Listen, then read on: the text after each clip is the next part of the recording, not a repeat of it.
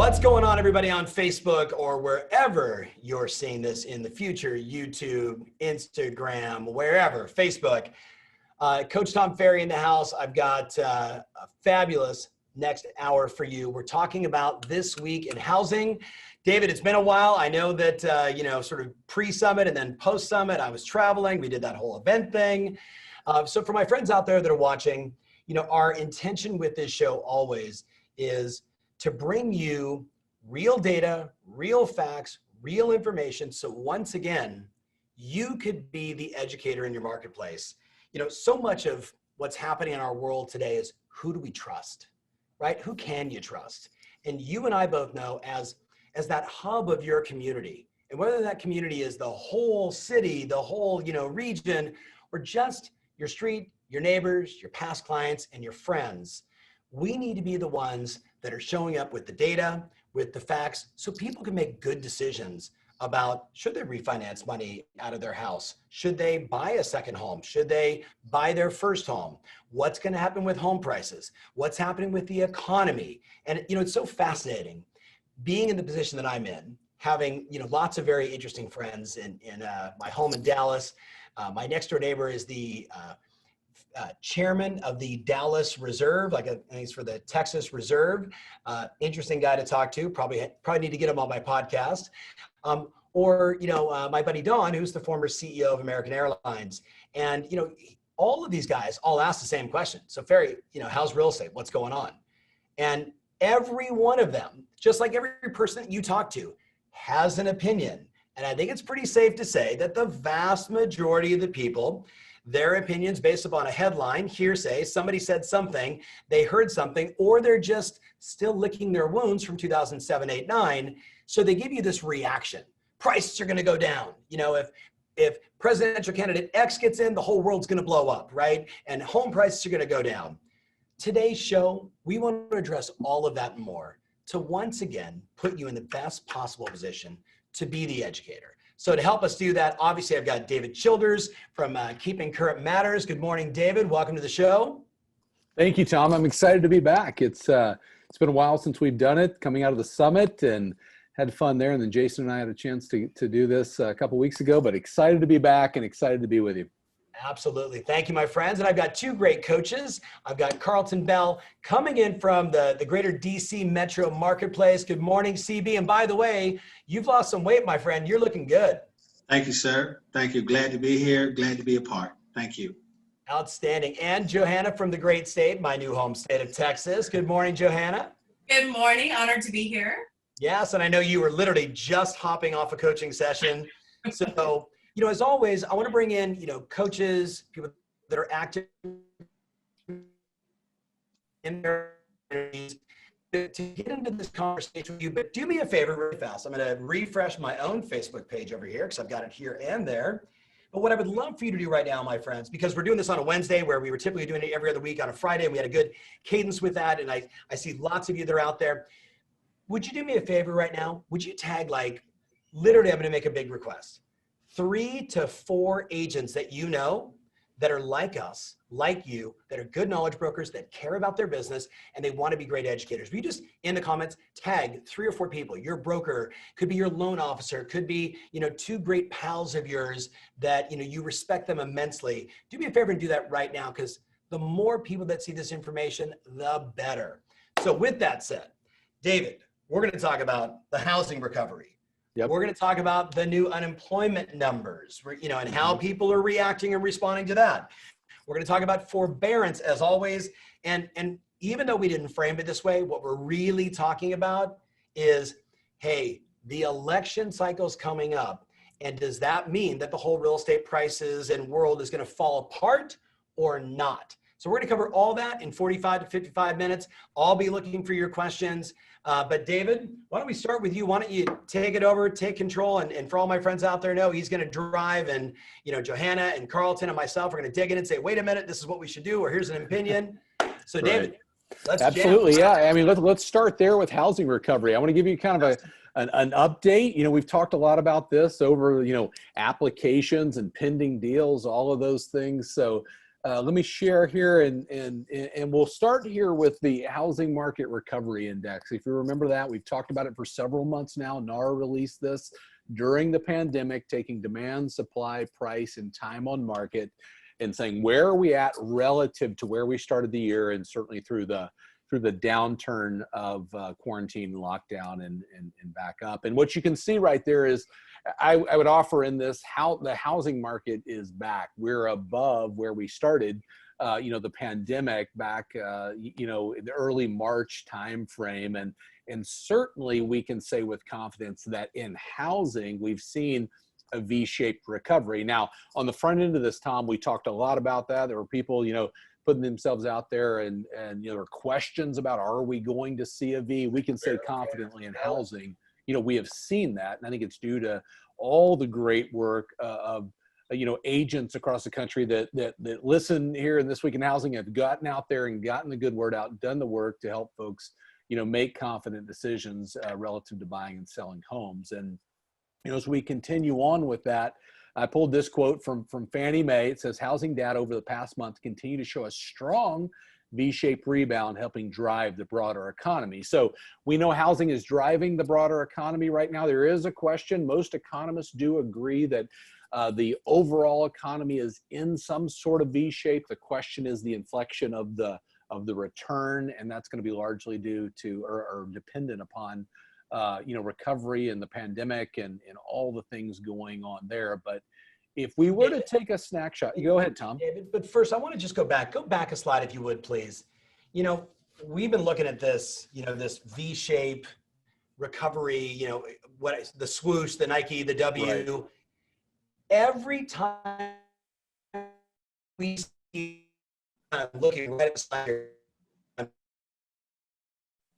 up, and then it drops like kind of beginning of June, end of May. And then it just skyrocketed up like every stock that we want to own. But you can see once we get into kind of middle of July, August, all the way through to yesterday, we're having some of these ups and downs, right? Mm-hmm. And it seems like every time it drops just a little bit, agents, and I want to hear from, Carlton and Johanna on this, the agents go like this, oh, finally, 48 hours to breathe.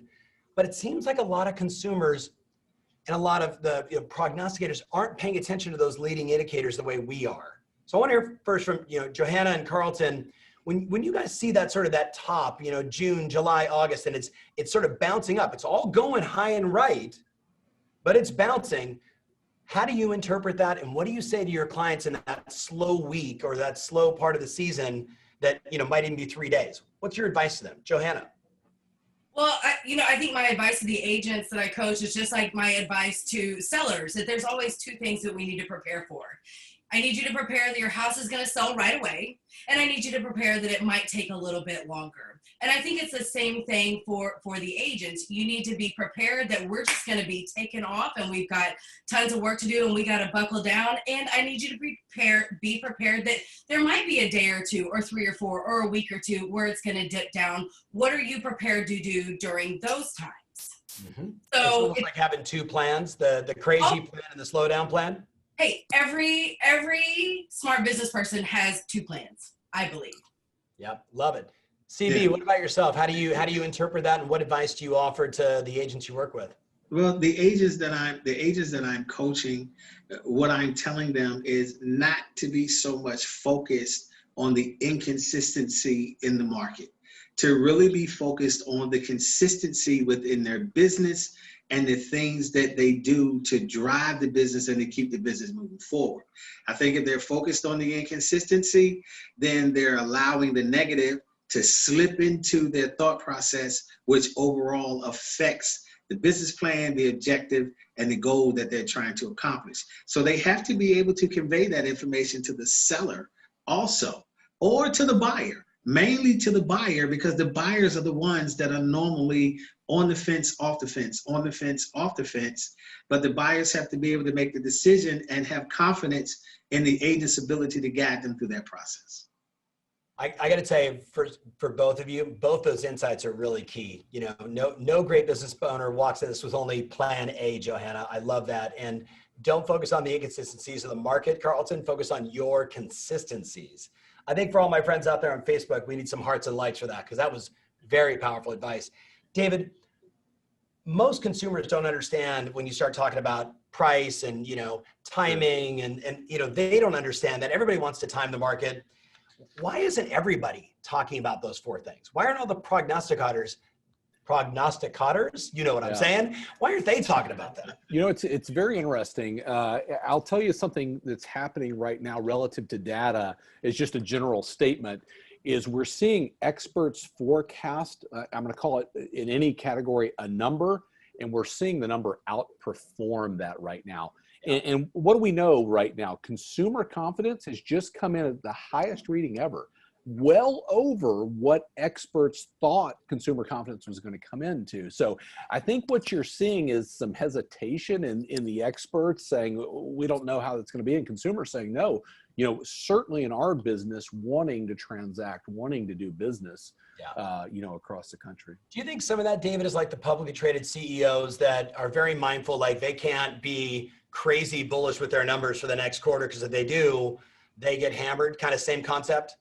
I think there is a lot to that. What's the worst thing you want to do here in 2020 is go out and be bullish and be wrong and say, hey, let's go and do this, and then get the backlash for that. So I think there's a lot of truth to that. Love it. Well, let's jump over to that snapshot year over year, changes in key metrics. I think that was a really key slide. And this is going to be one of those that I think everybody watching right now needs to think about how you're going to incorporate this into your next email, your social post, even into your listing presentation, just to be, again, the educator, the one with the data and the facts. So David. Yeah, I think this is a very interesting look. It's a new kind of, dashboard, if you will, that the KCM research team built. And we've been talking about a lot of these things. This combines showing time to apps, to pending deals, to inventory. It just says, where are we? Now, if you go back to what we talked about during the summit, we talked about going through pent-up demand over the summer and then settling into this market. Now, here's the interesting thing. We've settled in, and we've settled in very well. Yeah. Showings up year over year, 61.9%. Purchase applications up 22%, pending deals up 24%. So we're seeing each one of those leading indicators in real estate be very consistently up year over year, driving, volume and everything that we're seeing happen. Existing home sales, you see there, up 10.5%. The big one, new home sales up year over year, 43%. A lot of demand out there for new homes, and a lot of reasons for that. And the challenges, which, we'll talk about a little bit later in the call, remains inventory. Existing inventory down 39% and new home inventory down 33%. So relative to our market, relative to real estate, we can say, hey, we're doing very well in these leading indicators. Need more inventory, no doubt about that. And I'll bring a quote in here real quick, relative to real estate from Mark Fleming from First American. He says, I think it's sustainable, meaning the real estate market, and may not grow as quickly as has in the recent months, which have sort of been a recovery phase from the spring. But there are some long run fundamental dynamics that are very positive for the growth of the housing market. So we look at housing, and I think we can confidently say we've seen a V-shaped return in our business. We're seeing some long-term dynamics that bode very well for housing. Very, very good picture looking into next year. So Carlton, how long have you been in the business now? 18 years residential, altogether to include commercial, about 22, 23. Right. So, and Johanna, what about 17 years? 16, 17 years. So when you hear that and you think about where we came from, especially like the DC marketplace, right? Like when you go back to the DC marketplace, you think about 2007, 8, 9, 10, 11. I mean, it was, it was a bloodbath. It was right? the wild, wild west here. Right. But foreclosures everywhere. I mean, it was just a mess. When you see that V, like, do you still have some of those old thoughts of 7, 8, 9, 10? And if so, what advice do you have for the people that like, hey man, you got to look to the future? That Mark Fleming is not saying it's going to be rosy, but he's not saying it's going to go down. Yeah. And I'm pretty sure he knows that there may or may not be a new president. I'm pretty sure he knew that when he made that quote. Yeah, I think that I was just having this conversation yesterday with a really good friend of mine that's on the commercial side with government contracting. And they do a lot of stuff with GSA and commercial funding and all that stuff. And what they're seeing over there is slightly different, or well, I can say really different from what we're seeing on the residential side. And I was trying to let him know that we don't have those same issues on the residential side that you guys are experiencing on the commercial side right now.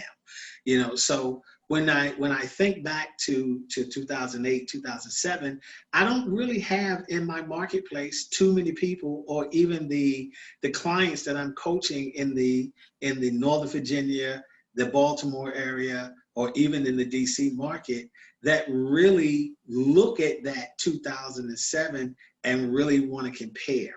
Yeah. Because we have too much. It's not the history that they're concerned about. It's the future that they're more so concerned about. And the market has shown us, if you look at pre-pandemic and where the numbers were in pre-pandemic when you were showing the first slide, and where the numbers were and how we took the slight dip, but we quickly rebounded. I think they're focusing on the rebound and where we're going, because foreclosures aren't really, they're happening. They've never gone anywhere, but because of the forbearance and the moratorium that's on them right now and things that's happening, that's not an issue. And I think also the overlays that have taken place within the lending industry is preventing a lot of that stuff from happening like it did before. So yeah. I think the focus is more so on how do we move forward? How do we get our sellers, our buyers to see that vision? I'm having more conversations, Tom, with my clients in regards to how to handle that objection than how to work through or convince them that it's not going to happen. Yeah. Smart. So Johanna, I'm going to save you. I want to jump back in the slides for the sake of time, because the next subject is the unemployment numbers that came out.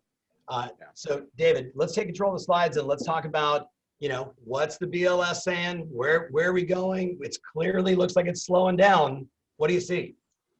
Sure.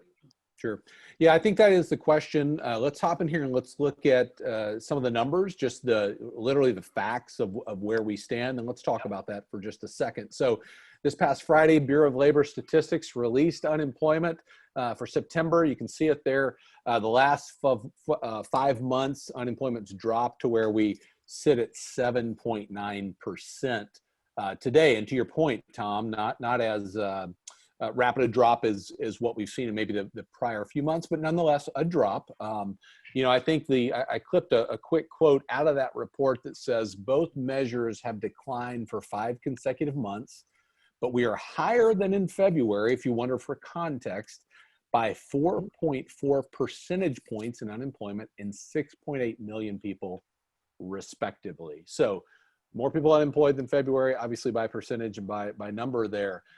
And want to see that continue to decrease. But I want to pause for 1 second, because there are 2 questions that come up as I generally talk to people about unemployment. The first one is, gosh, are we in a good spot with unemployment? I'm not suggesting that 7.9% is a good spot. We always say that if one person's out of work, we want them to get their job back.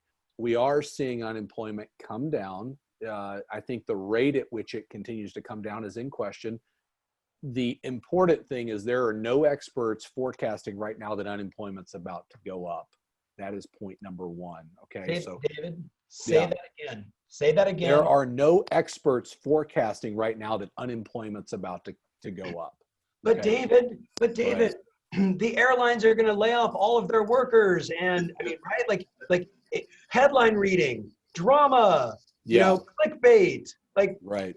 Is it true? Right. Is it not true? Like, talk to me. I said there are 2 questions that come up. The first one is what's going to happen in the future. The second one is, well, hold on, David. United just said they're going to let go of 19,000 people, or Disney said they're furloughing 24,000 people, or so and so. I heard this. Yeah. Okay, that's the truth. Okay, we need to understand that, and we need to understand in the economy last month 1 million jobs net were added.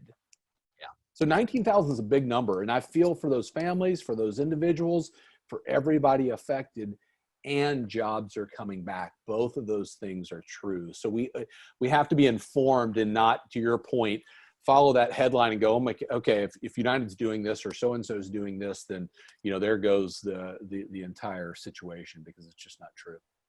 Johanna, when you hear this, what goes through your mind? I mean, you have 2 beautiful kids, you got a life, you got a business, you're coaching all these people. What are you seeing? What are you feeling? Well, certainly, I'm with David. It does break my heart that we have families that are losing jobs. I have a brother that is an commercial airline pilot. I certainly know the fear of, oh my gosh, is he about to get furloughed? So my heart does go out. I like the data though. And when you look at the facts that, yes, we lost those jobs, it's unfortunate, but the job market is increasing, over 1 million jobs. I don't mean to always be the Pollyanna, but I like to tap into that positive side and see that there is growth. Our economy is recovering. The job market is recovering. Maybe not as fast as all of us would like to see, but it is recovering. And I think that that's what we need to hold on to. Yeah. CB, you got thoughts on that before we talk about forbearance? Yeah, I do, because yes, granted, the facts are, the numbers are what they are, or the numbers are what's being reported is what it is. We can't do anything about that. We can look at the graph and we can see that it went from 14.7% and it's down to roughly about 8% right now. So that is a decline in the numbers. But my concern, being a consumer, also being in this industry, is the number of people that are not filing for unemployment. That's my concern. And who are those people that aren't filing?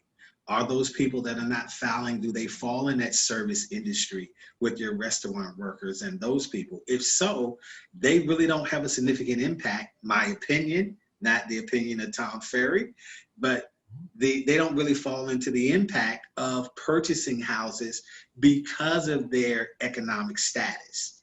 Yeah. So I don't really focus on that. I look at, because we're in a bubble here in Washington, D.C., the majority of our people are government employees, which are pretty stable. But then we do have some private sector people here also, and not too many of them are losing their jobs. Like I said, it's a lot of service industry people, your waiters, your cooks, your restaurant owners, but a lot of those people aren't buying houses, so I don't think it really impacts us that much. Yeah, it's like the tale of the two, right? Because on one side, you're like, hey, I feel for those people, right? And on the other side, and David, KCM has shown multiple slides over and over again that a lot of that group, and David, I don't want to misquote it, but they're like under 25 years old. Right. They're in the service industry. They weren't out buying houses. So it's like, it doesn't impact housing, right, but our heart goes out to those kids, right? Right. Absolutely. Others in obviously every age group that are in that situation. Yeah. So David, there's 2 facts in that I want to mention real quick. This downturn, this pandemic has disproportionately affected those on the lower income scale and younger people. Those are the facts of that. And kind of going back to the point that you made, Tom and Carlton, you made, is those people we know based on data aren't out looking for homes in a lot of cases, purely based on age for the most part. But no doubt, people being impacted. So David, I like this next slide because again, you got these people that are headline readers, and everyone out there knows what I'm talking about. These people that come to you and they go, "Oh my God, the world's falling apart. It's and they're trying to wrap you up in their drama. Kind of, Carlton, the way you were describing your friend who's in the commercial space. I talked to some commercial brokers, and they're in their commercial world saying, "I'm not leasing as much. Buildings aren't trading. Financing is harder." They're like, therefore, everything must be horrible. And I'm like, dude, look at the residential space. It's on fire right now. It's the exact opposite. So we get that. But I like this slide, David. This is one of those that it'd be interesting for everybody to post, like on Facebook, and then just say, what are your feelings about this? That's literally how I would ask it, just to see how much chatter you could create. Like, when you look at this, what are your feelings? What do you think? Give me your sense. We're all friends, go. But show them the slide, and they'll really get why I think it's going to be a meaningful post. Yeah, this is the comparison, of unemployment. You can see here, just a few months ago, Tom, we were talking about how, people were saying this is going to be like the Great Depression or Great Recession. And Yes. this is the number of months unemployment's greater than or equal to 9%. You see the Great Depression at 108 months. That's a long time for unemployment to be above 9%. Great Recession, 30 months. It's even, we lived through that in this business. And I look at that and I go, wow, the 80s, 19 months in some of the oil recessions. Today, 4 months. We're nowhere near where we were back then. And I don't say that to minimize it, but to bring the facts as a comparison to show people this is really where we stand. Now, there are questions that have to be answered about the service-based economy. And, I don't think everybody tomorrow is going to get in a plane or go to a bowling alley or see a movie. I think there are some businesses that are, going to be slower to return. But as we look at the overall macro U.S. economy, very, very different from, some of the high points that we were making comparisons to just a couple months ago. I have to say, I'm just curious out there. I would love to know from everyone out there watching right now or in the future, give me some feedback. Would you get on an airplane? Are you comfortable staying at a hotel, right? Would you go to the movies? My wife and son just went to the movies. I live in California, my friends. California is one of those states that's sort of leading in everyone's in a mask and it's right. It's a little intense here. So, but they were at a movie theater. I'm just curious, give us your feedback. Would you go to a movie? Would you hop on an airplane? Just give us your sense. And then David, let's go into the forbearance, just being mindful of time, because sure. Again, it's a positive sign, but it's still a lot. Sure. So, when we think of the challenges we face right now, unemployment being one of those, we've kind of talked through that. The second is forbearance. And what we know is the number of mortgages that are in active forbearance is decreasing. We topped out here, you can see just under 5 million in this graph. And now we're at 3.59, just under 3.6 million people in active forbearance. We've talked extensively about this at Keeping Current Matters. I won't go into the depth of it, but we know there are provisions for people that need to extend. We know people are coming out of it. There was an article published in the Wall Street Journal about a week ago suggesting there are people that may not know about forbearance or in delinquency and not in forbearance. And so I think it underscores the need of every one of us, everybody on the call, to continue to get this message out there. And that message is, hey, if you are in a situation that you're struggling maybe to make your mortgage payment, reach out to your lender and find out what options they have available. If you are in a situation where you need to sell your home, let's get that home on the market. Let's help families through this. But it is, as we look at the last several weeks, we're starting to see that number decline. And I think we want to continue to see it decline. We want to continue to see people get the ability back to make their payment. There's probably people in there that likely hedged the future and said, I don't know what the future is going to bring. And okay, now I don't need it. I'm going to come out of forbearance. There's a number of different, types of people in that. But I think when we look at unemployment, we look at forbearance, we look at the coming election, people go, okay, there's a lot going on right now, and I'm concerned. Yeah. When I look at this, and I know, so for my friends out there watching, we're going to get back to our every 2 weeks. I think I'm going to keep it on this Wednesday. I kind of like this cadence of middle of the week. David, there was a slide we showed what now feels like maybe 4 or 5 shows ago that showed sort of this graph as it related to the foreclosures of 7, 8, 9. And it was really interesting to see the comparison because, again, we're going in the right direction. I know a lot of skeptics out there will say, yeah, but what about when this ends? And what about when that ends? And how is this going to work? And then I have other people that I say, well, let's also look at the other argument. The other argument is how many people right now have basically just said, I'm going to go no mortgage for the next 3 months. I'm going to take that money. I'm going to put it in my savings. I'm still making money. I'm just tacking it on the back end. And I'm hoping and praying that they allow me just to do that and they don't ask for the money. Right. So it's, my hallucination is if I had to look at the 3.59 million, the vast majority of people are in hardship. Mm-hmm. There's also a percentage of people that are just taking advantage of the opportunity and saving more cash right now. Right? I mean, I wish we had. They said, "Do you want the money now or later?" And they're taking later.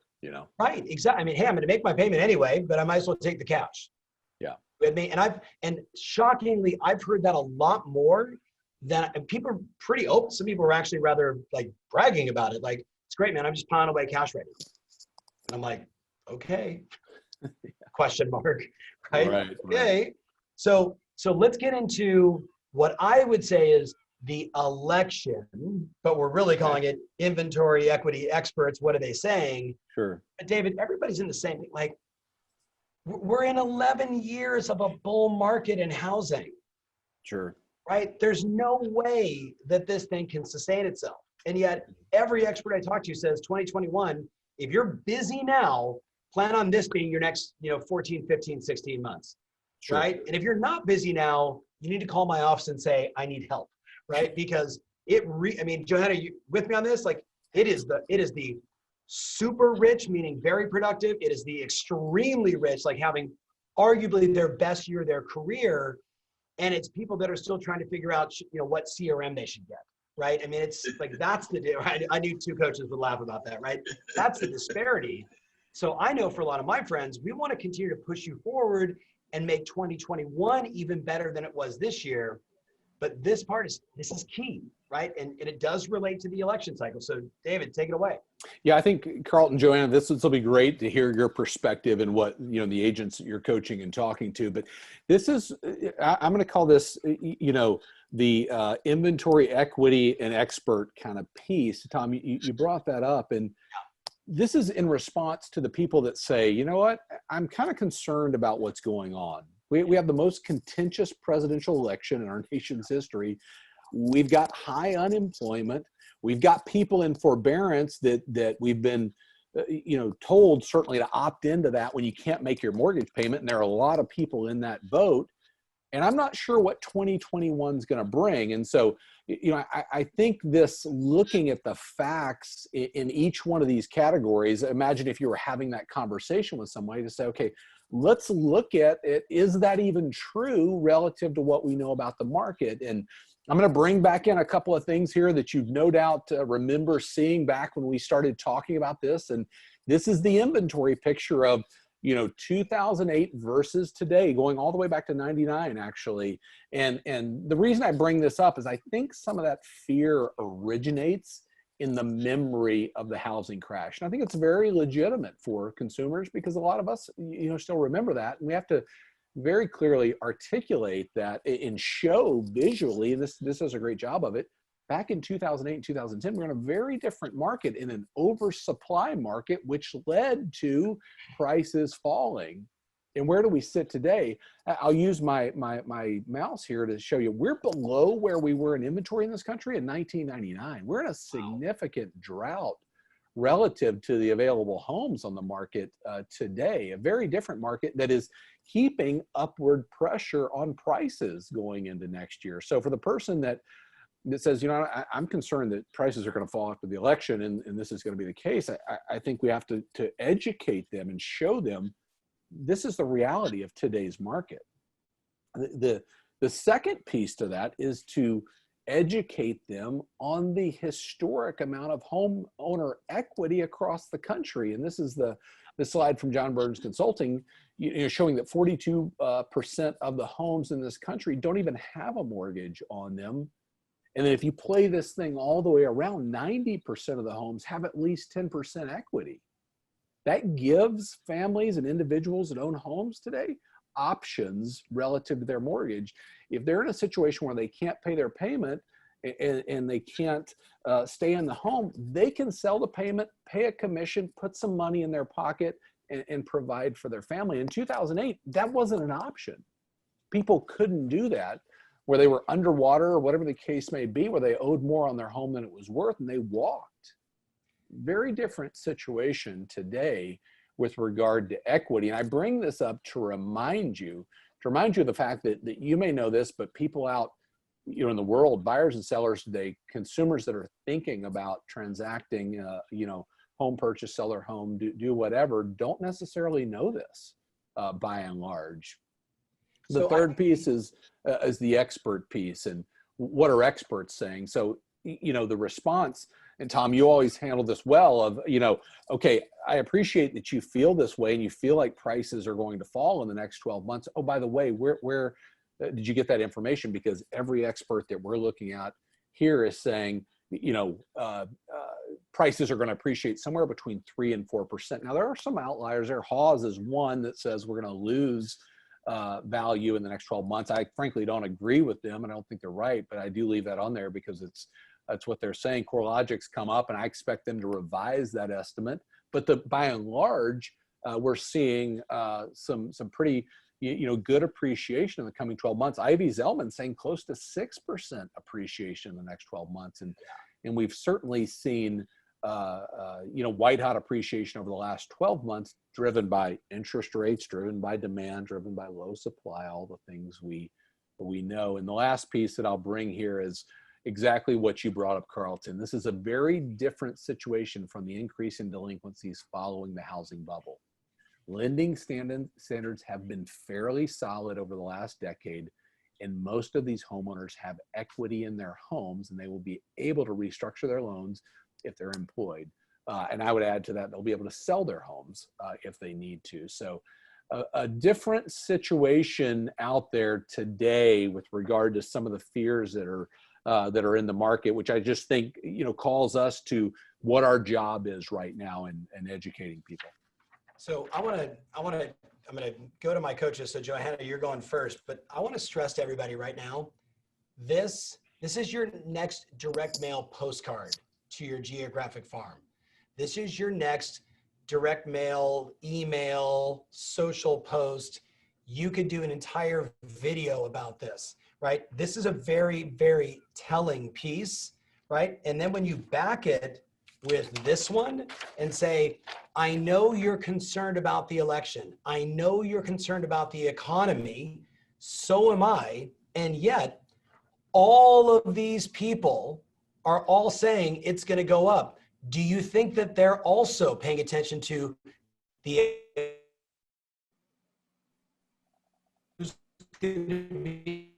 next president? I think it's pretty safe to say, my friends, housing is a really good thing right now, right? And it's going to continue to be. But I got a thought before I turn it back over to my coaches. I think every one of you watching right now should do a blind Survey Monkey email to every person in your database and just say, what percentage of equity to your loan amount do you have? Do you owe less than 10, less than 20, all the way down? Blind, no names, let them know, no names, that you're just looking to see how all the people that you know compare to the national average. Then I would do a side-by-side, here's the national average, and here's everyone that I know. I think that would be a fascinating, interesting piece that would probably get picked up by your local news as well, because it's really interesting. So a blind Survey Monkey to everybody you know trying to get this data. By the way, that would be a very interesting email, social post to get the word out, but it'd be a killer piece making you, again, the educator. But I want to go back to Johanna first. Johanna, when you see all of these slides, what goes through your mind? What advice do you have for your clients when you see all of this? Well, I think it's all positive news and should help eliminate any fears that people are feeling.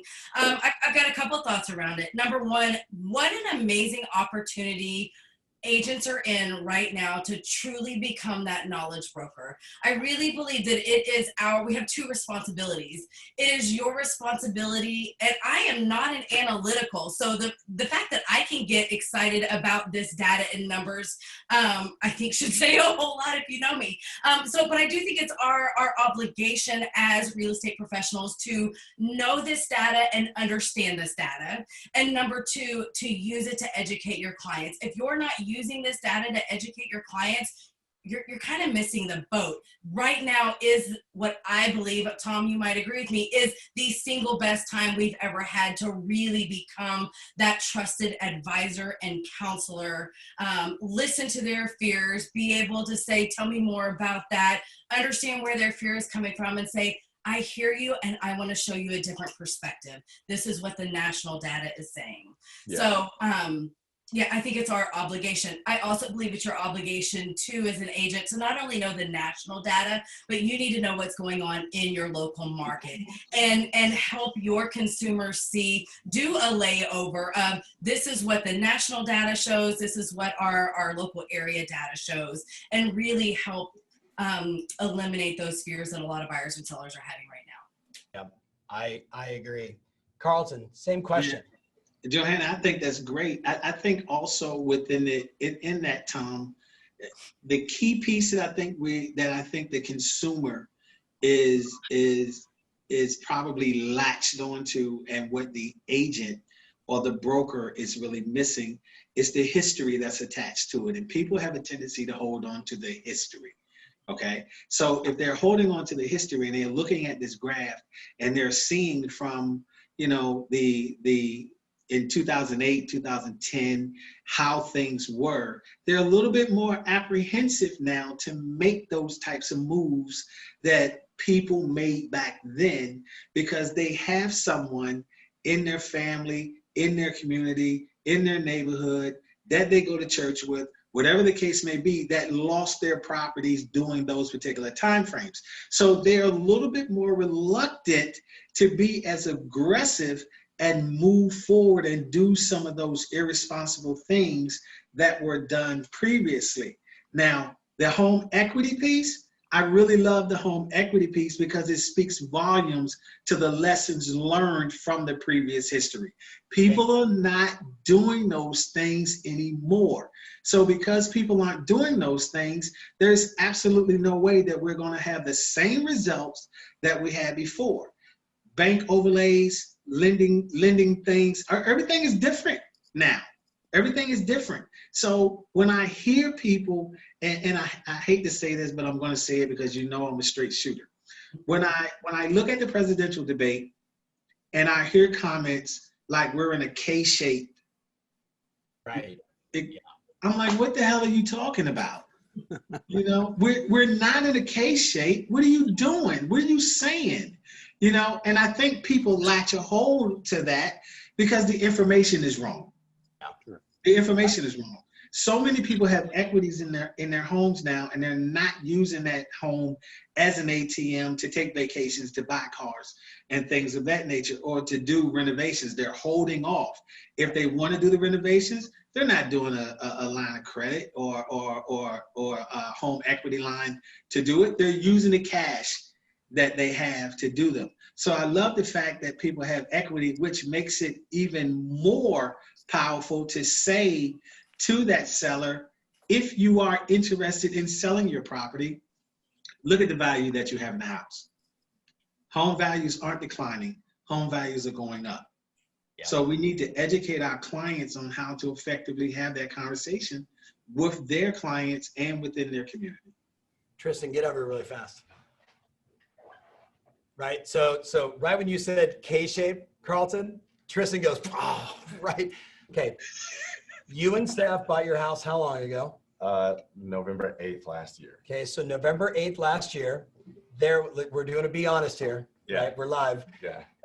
When the pandemic started and all this stuff, do you remember you came into me? Do you remember what you said? I said, uh-oh, we might be in danger of losing the house because she lost her job a week before the shutdown. Yeah. Yeah. And do you think it's safe to say that probably most people were in that same kind of, I mean, if Probably that happened, so. right, Yeah. most people would be in that same emotional state. Yeah. You don't have to use the exact words that I said, but what did I say to you? I said, shut up. There was a little more in that. And Steph got another job. About 2 months later, she got a new job, a better position, actually. A better job. Big shout out to Loan Depot, my friends over there, right? And now she's making even more money. You're making even more money. Yeah. You just refinanced your house again. For the second time. Yeah. For the second time. Uh-huh. And what are you doing with the extra cash? We're still paying the same amount that we were before. So, yeah. Right there. Yeah. Like, I think every one of you needs to, that are watching right now, you need to grab, tell them how old you are. 32. Boy, that took you a second. You need to grab every 28-year-old, 32-year-old, 35-year-old, because he didn't know. But I'm like, dude, you're not gonna lose your house, right? Like, come on. I want you. Yeah. I'm so tempted to Yeah. actually like say what I was, but you get the point, right? And then when he's like refi, I'm like, dude, take that extra cash and just keep making the payments, because then he's gonna pay his house off in 15 years. Or in his case, all agents in Orange County pay attention. He's going to sell this place or keep it as a rental and then go buy a 4-bedroom, 5-bath with a pool. With the pool, yeah. Yes. Right? Yeah. My friends, this is your next seller, right? Everybody's having those shaky, uncertain moments. Like when you see all these slides, what do you think? We're not in as much trouble as we thought we would be. Yeah. And now that we're paying that same amount, it's going to be easier to get. It's going to be easier for us to maintain this place even when we buy our new home. Yeah. So that's something I'm excited about. I'm excited when I see these slides. So, Totally. All right. Hey, this is your consumer, ladies and gentlemen. All right, love you, buddy. Get over there. All right. So I just wanted to bring in another perspective for people that are watching. Like, you know, Tristan and I talk about this stuff all the time. So let's talk about the obstacle, David. Yeah, I mean, there is an obstacle, I think, that is in our business and could be the thing that holds us back going into next year, I would offer. We've talked about this a lot. I'll share the image here that we've used, and that is it's listings. It's the lack of listings across the country. And I know Carlton, Johanna, you guys are going to be able to bring a great context into this, but we've joked about this being the story of toilet paper. The storekeeper can't get it on the shelf fast enough before somebody comes in and buys it, or buys it even faster than it gets on the shelf. And so we still see a historically low amount of listings across the country. And I think bringing in the local data, like you mentioned, Johanna, is critically important in this area. But I want to give you a way to look at this relative to existing home sales and new home sales and explain that.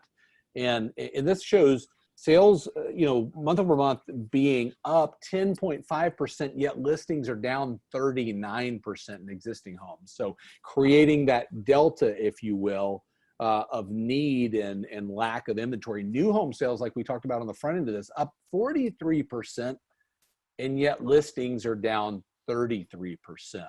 So we have more people buying in both categories, and we have less people, putting homes on the market, providing this opportunity, this perfect storm, if you will, of the thing that could hold the recovery of real estate back. And I think that is, the job that we have today is to go out and say, okay, where are those listings? How do we bring those back to market and help our business grow forward? Johanna, Carlton, how often in a normal week of coaching do you hear, what is everyone else doing to get listings? It feels like nearly every call. Yes. Every call. I've had 4 calls this morning, and that has been the topic of discussion around every single call that I've had today so far, and yesterday, and the day before that, and the day before that. And the month before that, and the month before that. Yes. So what advice do you have for the people out there? I know what I say, but I want to hear from the two of you to see, how in sync we are. Johanna, so I'm your client. What do I need to do to get more listings? Well, first of all, we need to look at history and what traditionally is your strongest lead pillar. Let's go back to what has worked in the past. Always, always, always. Once we do that, then let's start thinking outside of the box. Let's go knock on doors, go target the neighborhoods where your clients are actually wanting to buy in. Use this information, use all this wonderful, strong data that David's put together for us to show homeowners, hey, there's a lot of opportunity for you right now using the equity in your home to go buy that vacation property you've always wanted. I'll send them down to Florida to Carlton, and he can sell them that second home that they turn into an Airbnb. But always, always, always go back to what's worked in the past. I don't think that that's really changed. And then you start looking outside of the box. Go back to expireds that didn't sell 12 months, 18 months ago. Scrub that list. Go to them now with this data and say, hey, I know you've heard some crazy stuff out there, but did you know that you have X percentage of equity in your home? Now might really be the time to cash out. I'm so glad you didn't sell back then, because the opportunity now is much greater. No doubt. CB, same question. What advice do you give? Or you could say ditto if it's the same, and we'll go a different direction. It's pretty much the same thing. Go back to what was working. I'm telling a lot of people, take a look at the 33 listing ideas that you gave a couple of years ago at the summit. Take a look at that, because those things still work. Take a look at some of the newer things that are out there, like your Upnest and your offers and all of those particular websites that are going to help you get the listings. However, what I'm also telling them is, Carlton, you're freezing up there. Are we good? Okay, so I'm you just also froze up for a second. It's okay. Okay, so I'm also telling them that if you're lucky enough to get the Upnest or the offers appointments, don't be afraid to rebate the listing. I hate the word discount. I'm going to use the word rebate. Rebate the listing, but also know that if you rebate that listing, you're going to have to do the prospecting around that listing to get additional listings. So use it as a catapult to help you get other listings in a community that you may not have been in the first place. I think a lot of the farms and things that our clients don't prospect are the ones that are given to them organically. And what do I mean by that? One listing, maybe 10 or 15 offers on that property. That's an organic farm being given to you because everybody wants to live there, but they don't go and prospect in that community to get those listings. So you got to do the grassroots stuff. If that means door hangers, flyers, old school prospecting, phone calls, you got to do the things that actually work and work for you. 100%. Johanna? And I would just add, going back to the basics, there is one foundational principle of our business, and it comes down to how many conversations are you having. If you don't have enough buyers, you don't have enough sellers, I don't care who you talk to, go have more conversations. That's it. Go be out in your community. If you're a secret agent right now and nobody knows you exist, they're not going to be calling you to list their homes. So be out there, have the conversations, period. I literally just said that to the last client that I was on with before I got on here, that she is a secret agent. She moves under the cover of darkness. No one in her neighborhood knows what she does. Yeah. That is that's, my dad used to say that like 25 years ago. Stop. That's where I got it from. Right? It was always like, I'm blushing. It makes me laugh so hard every time I think about it. So David, you got one last slide, and then we're gonna let everybody bounce. But I do want to cover. Somebody asked a question, and so all of you, I'd like some insight on this, because hey, look, I know right now in the U.S., Jill Biggs, my client in Hoboken, New Jersey, she has more listings right now than she's ever had in her life, and she's selling 20 properties a month. If she in a typical market, Hoboken, Manhattan, vertical living, condo, high rise. It is different, my friends. It is different. We're seeing longer times on the market. We're seeing some unrealistic sellers that aren't paying attention to the fact that there's 15 more units just like theirs on the market at a similar price. And the advice is very simple for the person that asked that question. It's, do you want to be the one that sets the tone on price, or do you want to let somebody else set the tone and now you're chasing? And that's the just be honest conversation. It goes back to the world famous question, at what price are you no longer a seller? At what price are you no longer a seller? But David, any input or data around the vertical living, high rise? Manhattan we see is moving now. Hoboken is moving, not at the pace anybody wants. They're basically in our late April, May is where I see them right now. Yeah. Advice? Well, there's no doubt, we've talked about it, that things are, in general, migrating urban to suburban, but that doesn't mean that we're not seeing urban markets, progress, because we are. Carlton, you can talk about that in DC, a very densely populated area. We're still seeing homes by and large across the US selling very quickly. Suburbs just happen to be outpacing them a little bit farther, I'm going to say, down the road. So, on the subject of price, we wrote a blog just a few days ago of the value of pricing a home right in today's market. I'd go, if you haven't seen that, go to kcmblog.com and grab that. Great to share with somebody that's thinking about price right now and that tendency to try to go high and let the market catch it and, you know, see what happens there and the appraisal challenges and things like that. Yeah. Carlton, any other thoughts? Johanna, any other thoughts on sort of that vertical living clients, pricing, all that good stuff? Well, I would just echo what you say. I mean, and I always ask, you know, in any situation, how do you want to show up? Do you want to be the one setting the tone, or do you want to be chasing? How are you going to show up and price accordingly? And if it's not compelling, it's not selling. You taught us that a long, long time ago. So if you got a bunch of listings that are competing with a lot of other similar listings, you have to be the most competitive in order to sell. Yep. Yeah, if it's not compelling, it's not selling. So pricing is everything. Pricing is everything, because I think appraisers right now are really controlling the tempo in the market on how quickly these homes appraise in value is going to be predicated on what your neighbor makes a decision on that they're going to put their house on the market by. So me being in this market here, we're average sales price within the 3 regions anywhere between 550 to maybe 700,000, and that includes our condo market, which is a little lower, which includes our high-end properties, which is $1.5 million plus. So we see a little variation of everything. But if you don't price that thing right, then it's going to sit.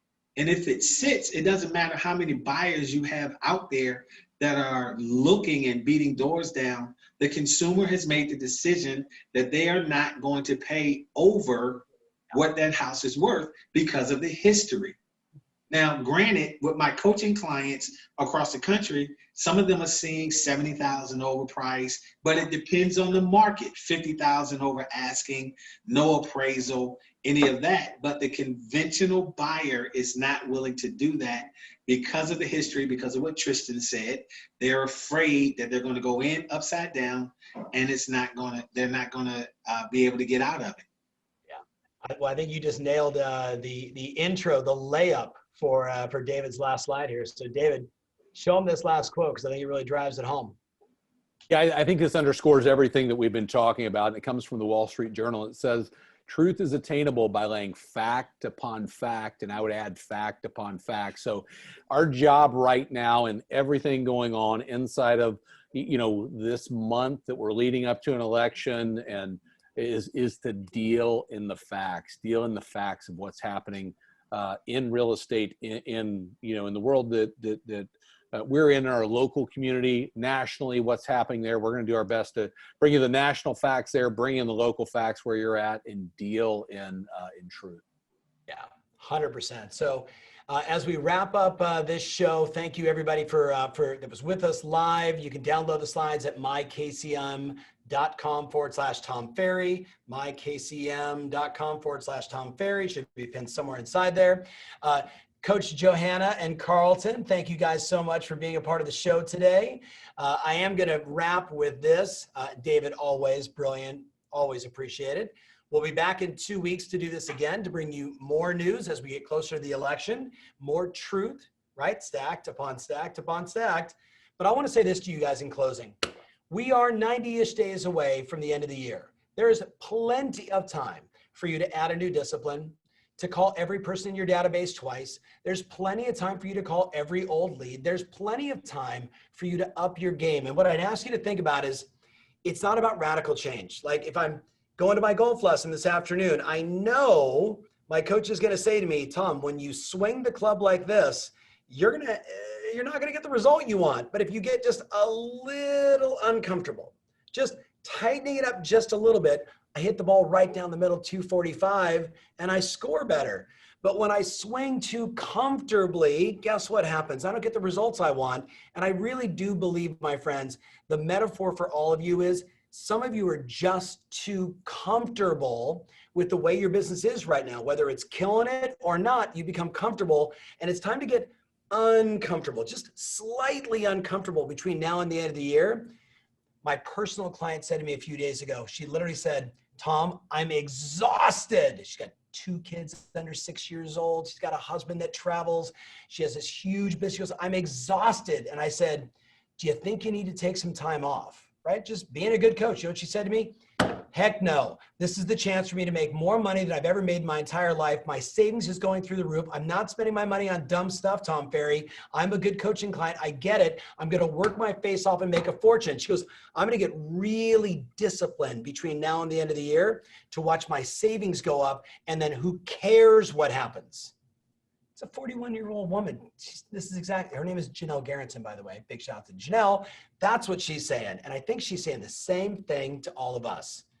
Let's get uncomfortable between now and the end of the year in a positive way and move ourselves, our family, our clients forward. That's what we can control. Carlton, you said it earlier. So did you, Johanna. So we'll see you guys in 2 weeks. Let's get to work. We'll see you guys soon. Take care.